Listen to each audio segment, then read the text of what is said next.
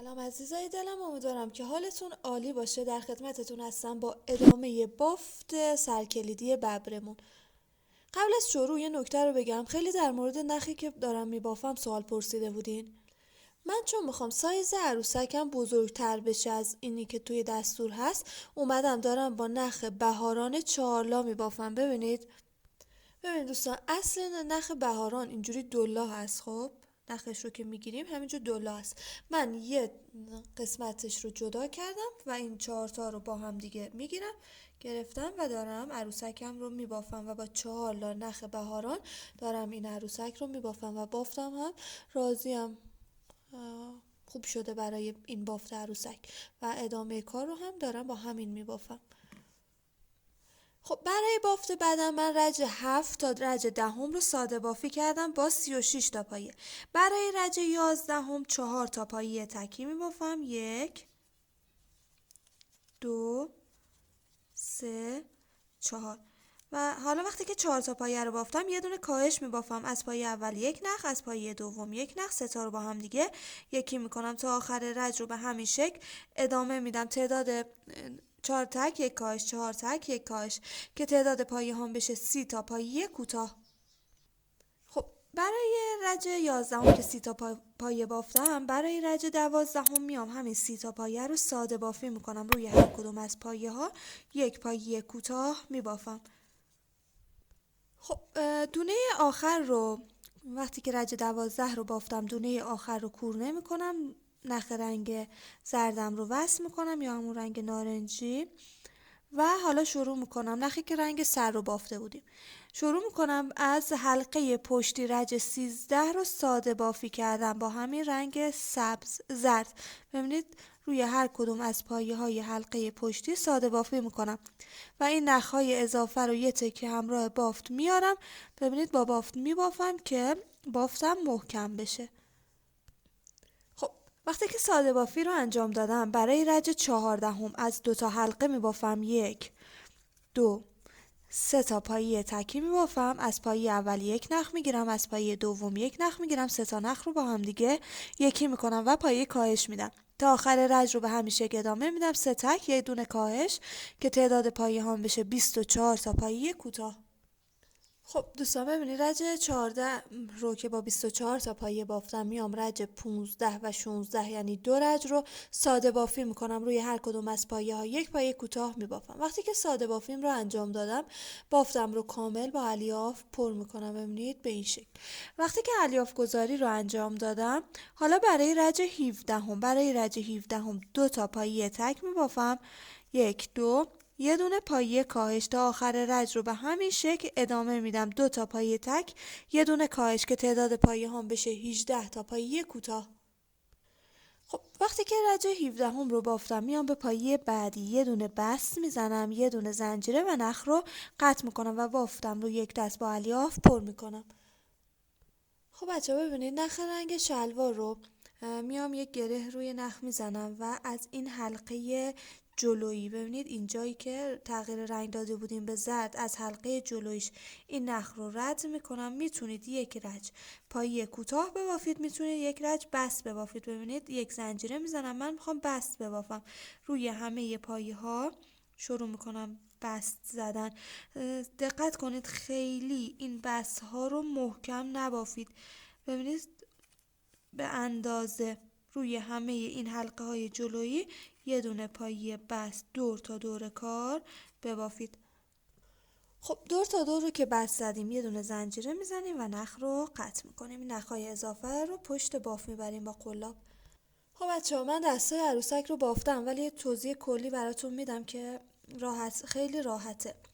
برای بافت دست ها با رنگ قهوه‌ای یه دونه حلقه جادویی بزنید. داخل حلقه رو 7 تا پایه کوتاه ببافید و باف رو جمع کنید. رج بعدی یعنی رج دوم رو با همین رنگ قهوه‌ای ساده بافی کنید. بعد از اون بیاین رنگ زرد یا همون رنگ سر رو وصل کنید. از رج 3 تا 9 ساده بافی کنید. دست ها احتیاج به الیاف گذاری نداره. ببینید دست ها رو اینجوری کنار بدن به این شکل کنار بدن بذارید و با نخ و سوزن این قسمت رو دوخت بزنید. این دو طرف رو اگر هم دوست نداشتید میتونید با چسب حرارتی این قسمت ها رو بچسبونید. خب برای بافت گوش ها از همون رنگ سر استفاده میکنم. یه دونه حلقه جادویی میزنم و داخل حلقم رو 6 تا پایه کوتاه میبافم. ببینید 1 زنجیره و 6 پایه کوتاه. 1. خب این نخ رو میکشم که بافتم به هم جمع بشه. حالا برای رج بعدی یه دونه پایه تکی میبافم، یه دونه افزایش که تعداد پایه هم در آخر رج بشه 9 تا پایه کوتاه. به پایه بعدی یه دونه بست، یه دونه زنجیره و نخ رو قطع میکنم. خب ببینید دوستان، گوش ها رو هم روی سر قرار بدید به این شکل. میتونید هم بدوزید هم یه کوچولو چسب حرارتی به این قسمت بزنید و با چسب بچسبونید و بعد از اون که چسبونید به این شکل قلاب رو رد کنید و نخهای اضافه گوش رو داخل باف ببرید که باف محکم بشه. به همین ترتیب گوش ها رو ببینید دو طرف سر عروسک، این قسمت لب ها دو طرف سر دوخت بزنید یا با چسب حرارتی بچسبونید. خب برای دوم عروسک یه دونه حلقه جادویی میزنم و داخل حلقمون رو 6 تا پایه کوتاه میبافم. خب بعد از اون میام رج 2 تا رج 12 یعنی 11 رج رو ساده بافی میکنم با همین 6 تا پایه. احتیاج به پر کردن دوم عروسک نداره، فقط ساده بافی کنید 11 رج رو از رج 2 تا رج 12. خب وقتی که دوم عروسک رو تا رج 12 از رج 2 تا 12 رو ساده بافی کردیم، ببینید به این شکل میایم پشت بدن عروسک به این شکل با چسب حرارتی میچسبونیم. اگر میخوایم تمیز سر در بیاد میتونید کوک بزنید ولی چسبوندن هم قشنگ میشه. با چسب این پشت این دوم رو بچسبونید.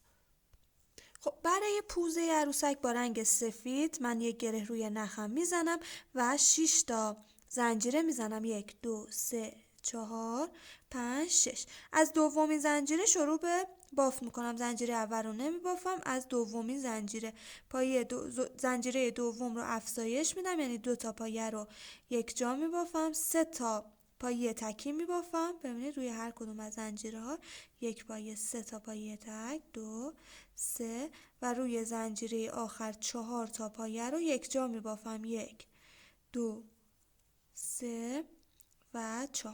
وقتی که 4 تا پایه رو یک جا بافتم، ببینید طرف مقابل بافت، این طرف رو بافتم، در طرف مقابل میام 3 تا پایه تکی میبافم. 1 2 3 و پایه آخر رو هم یه دونه افزایش میبافم. روی پایه آخر افزایش و به پایه اول یه دونه بست میزنم و نخ رو قطع میکنم. ببینید.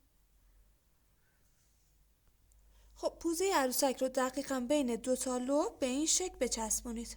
ببینید به این شکل بین 2 تا لب بچسبونید. خب برای شال گردن با رنگی که دوست داریم، من با رنگ قرمز میبافم. یک گره روی نخ میزنم و 50 تا زنجیره 1 2 3 4 50 تا زنجیره رو که زدم از زنجیره دوم شروع میکنم و روی هر کدوم از این زنجیره ها یه دونه پایه کوتاه میبافم تا آخر رد 49 تا پایه کوتاه داشته باشم. خب بچه‌ها، من عریضا رو بافتم، به هم وصل کردم و یه خورده از وصل رو توضیح دادم چون زمان نیست. دوباره اینجا رو توضیح میدم براتون. شال گردن رو که بافتم دور گردن عروسک میندازم. دست ها رو که گفتم بچسبونید یا بدوزید.